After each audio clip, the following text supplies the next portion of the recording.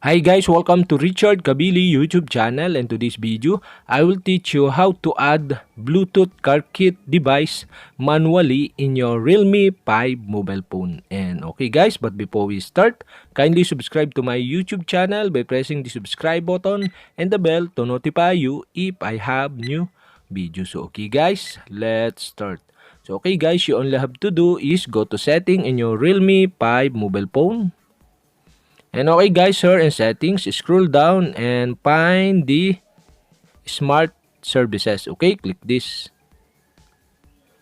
And okay guys, here in smart services, okay, you can see the smart driving. Okay, go to smart driving. And okay guys, here in smart driving, okay, you can see below the manage Bluetooth car kit. Okay, you only have to do is click this. And okay guys, here in manage Bluetooth car kit, okay, you can see the add Bluetooth car kit button. And okay guys, here you can add detect Bluetooth car kit, or you can add manually added Bluetooth car kit device. Okay guys, to add the Bluetooth device to your Bluetooth car kit in your Realme 5 mobile phone, you only have to do is click the add Bluetooth car kit.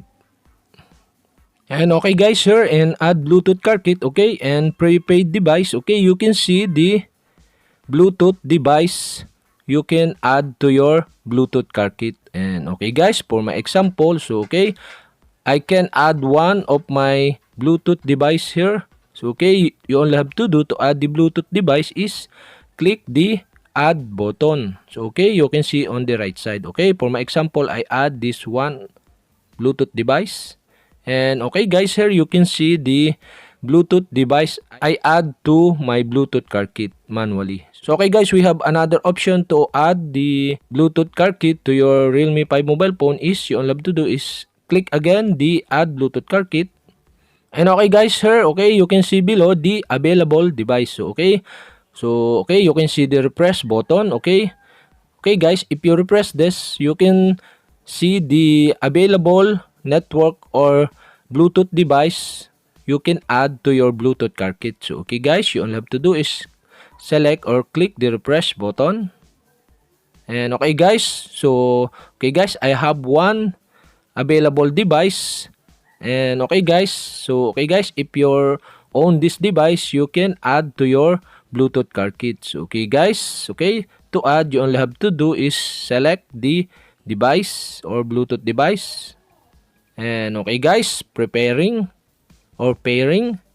So okay guys, and okay guys, Bluetooth pairing, pair with device car 1, make sure that the pairing code display on this device. So okay guys, you all have to do is select a pair button. And okay guys, after you connect to your device, okay, you can see the Bluetooth device here and prepaid device, and now you can add to your Bluetooth car kit. And okay guys, to add, okay, you all have to do is select the add button.